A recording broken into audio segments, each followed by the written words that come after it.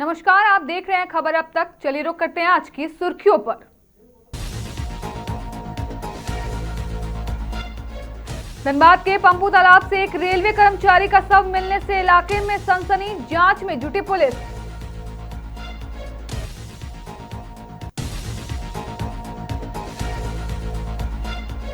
विकास कार्यों में कमीशन खोरी का खेल, जिला परिषद उपाध्यक्ष ने उठाए भ्रष्टाचार पर सवाल।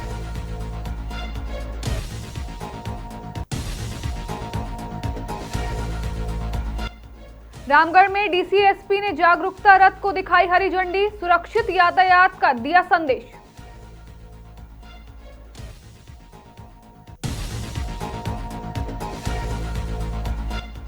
धान खरीद में रामगढ़ की बड़ी छलांग, राज्य में चौथा स्थान, किसानों के खातों में पहुंचे 9 करोड़।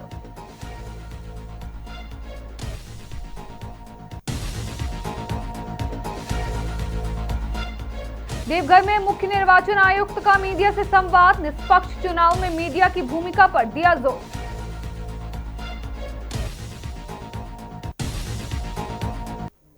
अब खबर विस्तार से। धनबाद थाना क्षेत्र स्थित पंपू तालाब से एक रेलवे कर्मचारी का शव मिलने से इलाके में सनसनी फैल गई। मृतक की पहचान जागलेश रेलवे क्वार्टर निवासी बीरबल रजक के रूप में हुई है, जो लोको ट्रैक में कार्यरत थे। बताया जा रहा है कि वह बीती रात से ही लापता थे, जिसके बाद परिजन उनकी तलाश में जुटे हुए थे। सोमवार सुबह स्थानीय लोगों और परिजनों ने तालाब के किनारे पानी में एक शव तैरते हुए देखा। इसकी सूचना तुरंत धनबाद थाना को दी गई। सूचना मिलते ही पुलिस मौके पर पहुंची और शव को तालाब से बाहर निकालकर अपने कब्जे में ले लिया।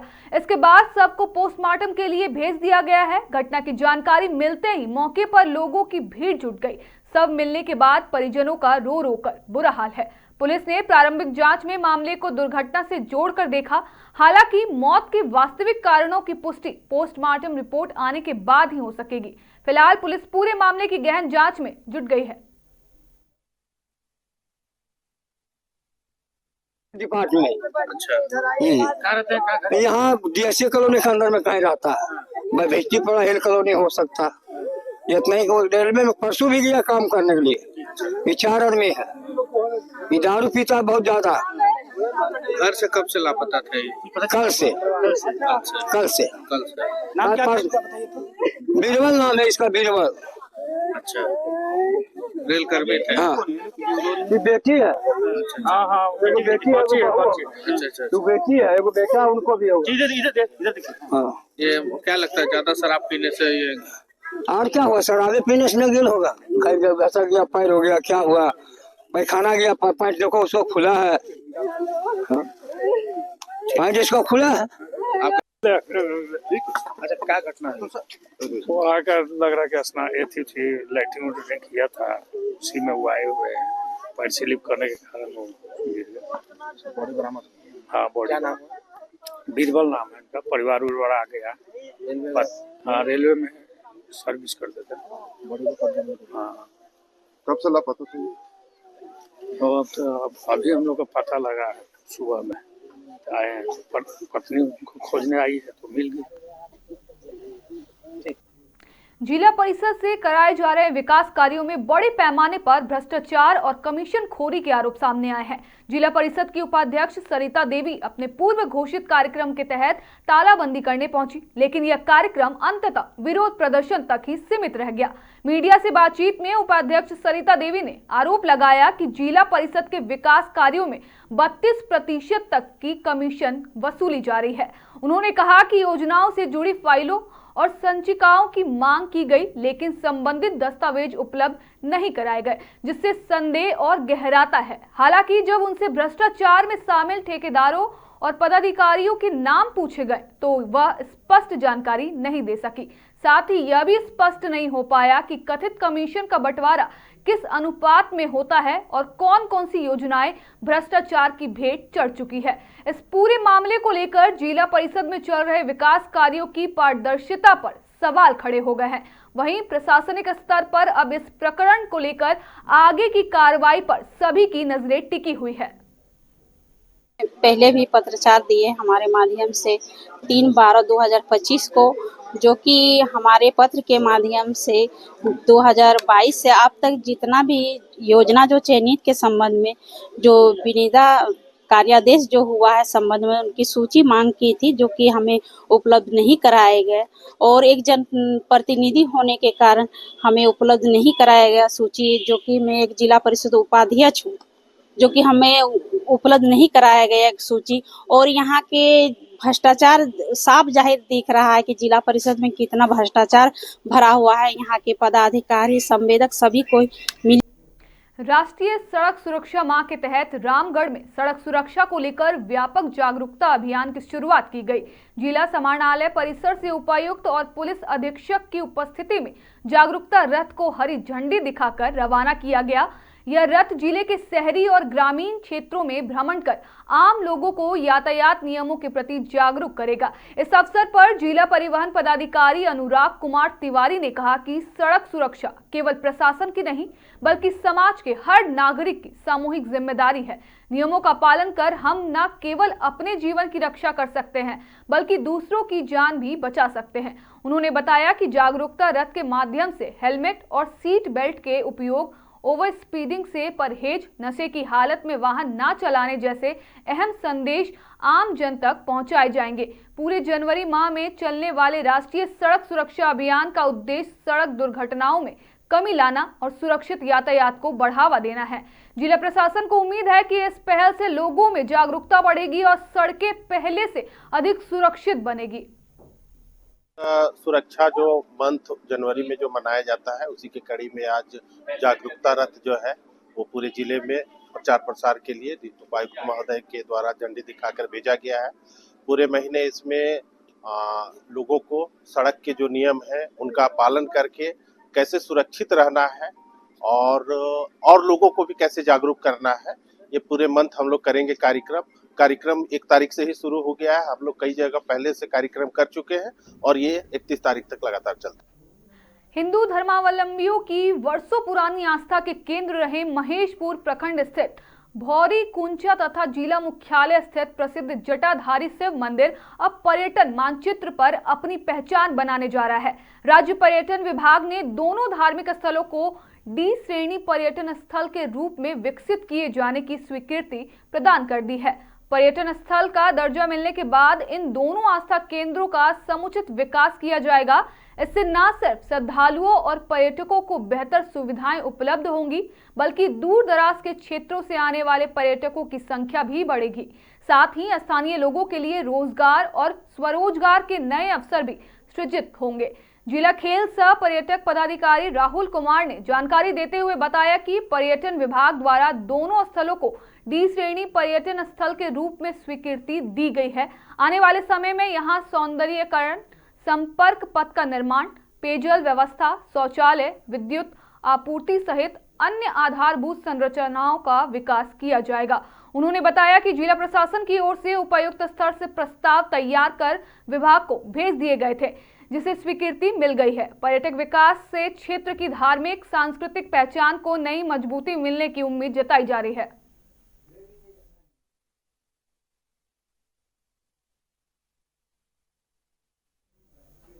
झारखंड में धान अधिप्राप्ति अभियान रफ्तार पकड़ चुका है और इसका सीधा फायदा किसानों को मिल रहा है।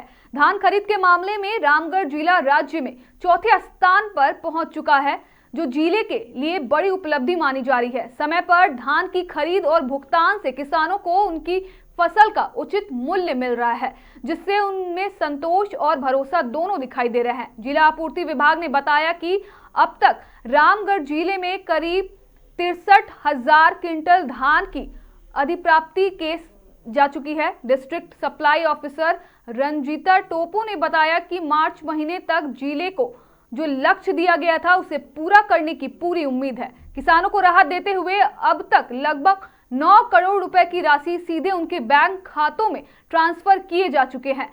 सरकार की इस पहल से न सिर्फ किसानों की आर्थिक स्थिति मजबूत हो रही है, बल्कि धान खरीद व्यवस्था पर भी भरोसा बढ़ा है।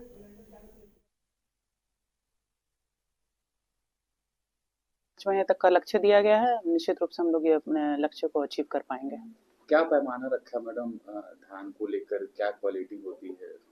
क्वालिटी देखिए, धान की क्वालिटी अच्छी होनी चाहिए, सूखी होनी चाहिए। हमारे यहाँ मॉइस्चर मीटर लगे हुए हैं हर पैक्स में, तो मॉइस्चर के हिसाब से धान में कटौती की जाएगी। 17% और 17% से नीचे की हम लोगों ने ये रखी हुई है मानदंड। पेमेंट का क्या है मैडम? पेमेंट तो एक बार में ही किया जाना है, किसानों को एक मुश्ती किया जाना है 2450 रुपया बोनस मिला करके, जिसमें से हम लोगों ने अभी तक 9 करोड़ का भुगतान कर लिया है। कैसा रिस्पांस देख पा रहे हैं आप लोग? फिलहाल तो सभी तरफ रिस्पांस हमारा पॉजिटिव ही है। आप विजिट करती है जहाँ? जी हाँ, बिल्कुल मैंने किया है विजिट। क्या बिचौलियों लोग भी गए? ऐसी सूचना मिलती है कि बिचौलियों लोग भी हावी रखते हैं? हाँ, कहीं कहीं पर जरूर है, पर वही किसान भाइयों से मेरी अपील है कि बिचौलियों के दबाव में ना आए, वे अपने पैक्स में ही निर्धारित मात्रा में जाकर के धान का विक्रय करें। क्या रामगढ़ में रेशियो को और बढ़ाया जा सकता था मैडम? क्या जागरूकता करने की जरूरत थी, या किसानों को क्या लग रहा था कि पैक्स तक पहुंचना ठीक रहेगा कि नहीं, या बिचौलियों को ही बेच दो? देखिए, सरकार की इस बार की तो यही मानसिकता रही है कि किसान भाइयों को किसी प्रकार से कोई परेशानी नहीं हो, इसलिए एक मुश्ती धान का भुगतान कर दिया जा रहा है फार्मर्स को। तो इस वजह से मेरी यही उम्मीद है कि आने वाले दिनों में बिचौलिए हावी ना होकर के किसान भाई स्वतः ही। खबर अब तक में वक्त हो चला एक छोटे से ब्रेक का, जल्द होंगे हाजिर।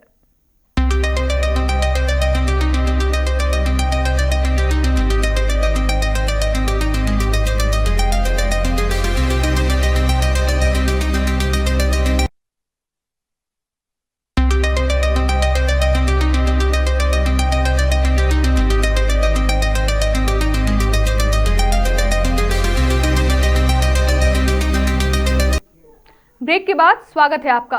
पाकुड़ में जन समस्याओं को लेकर भारतीय जनता पार्टी के कार्यकर्ताओं ने नगर परिषद कार्यालय के समीप जोरदार धरना प्रदर्शन किया। नगर निकाय चुनाव को दलीय आधार पर शीघ्र कराने, शहरी जलापूर्ति योजना को अविलंब चालू करने समेत कई मांगों को लेकर भाजपा नेताओं और कार्यकर्ताओं के प्रशासन के खिलाफ आवाज बुलंद की। प्रदर्शन के दौरान कार्यकर्ताओं ने नगर की मूलभूत सुविधाओं की बदहाल स्थिति को लेकर नाराजगी जताई और आरोप लगाया कि नगर परिषद आम जनता की समस्याओं को नजरअंदाज कर रही है। धरना प्रदर्शन के बाद भाजपा जिला अध्यक्ष अमृत पांडे के नेतृत्व में एक प्रतिनिधि मंडल ने नगर परिषद के प्रशासन को मांग पत्र सौंपा। जिला अध्यक्ष ने कहा कि यदि जल्द ही मांगों पर सकारात्मक कार्रवाई नहीं की गई तो भाजपा आंदोलन को और तेज करेगी।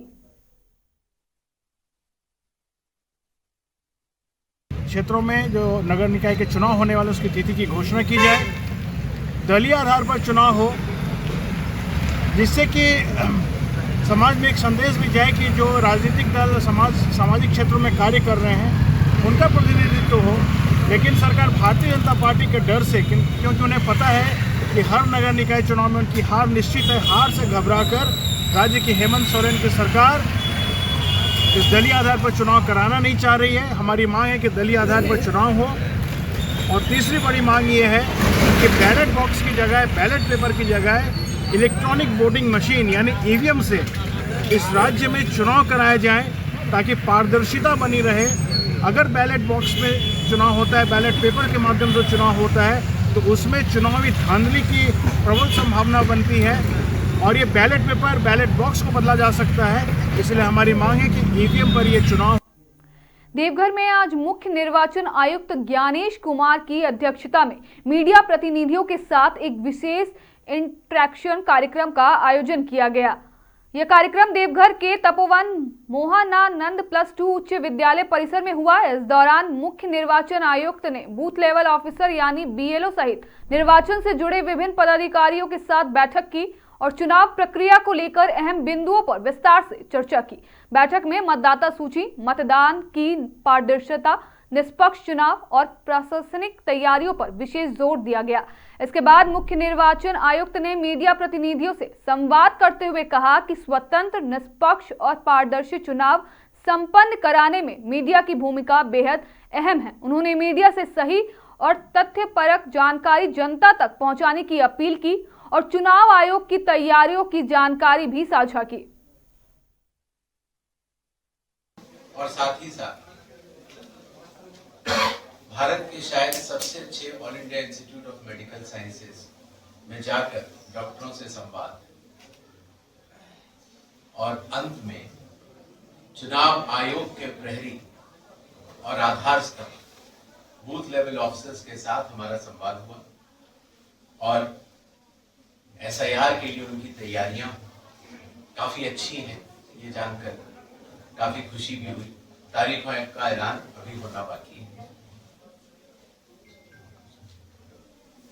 इन 2 दिनों के प्रवास के दौरान मुझे यह अनुभव हुआ कि झारखंड के चीफ इलेक्टोरल ऑफिसर रवि और यहाँ के जिला कलेक्टर और सभी अधिकारियों ने चुनाव की तैयारियां अर्थात मतदाता सूची शुद्ध करने की तैयारियों में कोई कोर कसर नहीं छोड़ी है और मुझे उम्मीद है कि मतदाता सूची के शुद्धिकरण का कार्य जब भी अनाउंस होगा शीघ्र अतिशीघ्र और बहुत ही पारदर्शी तरीके से संपन्न।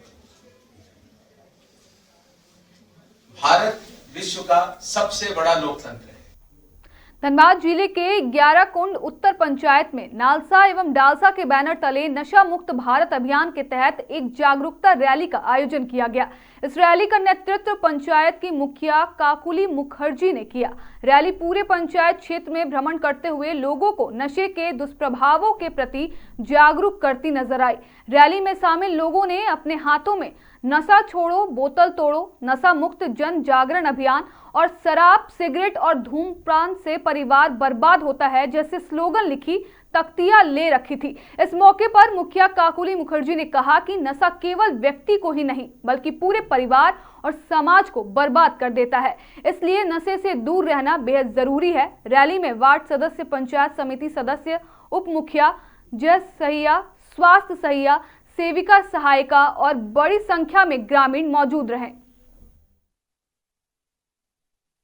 और हम लोग इस पंचायत में लगातार नशा मुक्ति का हम लोग अभियान चलाते रहते हैं। आज भी हम लोग चलाए, इसमें से हम लोग कुछ नंबर दे रहे हैं जो कि टोल फ्री नंबर है। अगर इस तरह से कोई परिवार जूझ रहे हैं जो कि माने प्रताड़ित हो रहे हैं नशा करके, इस नंबर में कॉल करें और इन लोग को सहायता मिलेगा। एक नंबर है 1933, ये नेशनल नंबर है। एक नंबर है 14446, एक नंबर है 151।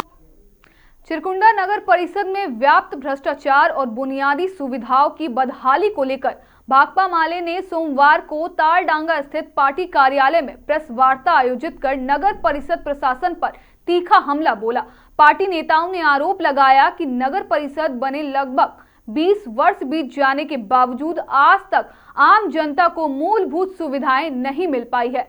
प्रेस वार्ता में कहा गया कि चिरकुंडा नगर परिषद क्षेत्र में पेयजल संकट, अनियमित बिजली आपूर्ति, साफ सफाई की बदतर स्थिति और जगह जगह गंदगी की समस्या वर्षों से जस की तस बनी हुई है। भाकपा माले की टीम द्वारा सभी वार्डों में घर घर जाकर किए गए सर्वे में यह सामने आया कि हर वार्ड में समस्याएं विकराल रूप ले चुकी है, लेकिन नगर परिषद प्रशासन आंख मूंदे बैठा है। नेताओं ने बताया कि जनता की इस ज्वलंत समस्याओं और भ्रष्टाचार के खिलाफ आवाज बुलंद करने के लिए भाकपा माले 6 जनवरी को चिरकुंडा नगर परिषद कार्यालय के समक्ष 1 दिवसीय धरना प्रदर्शन करेगी।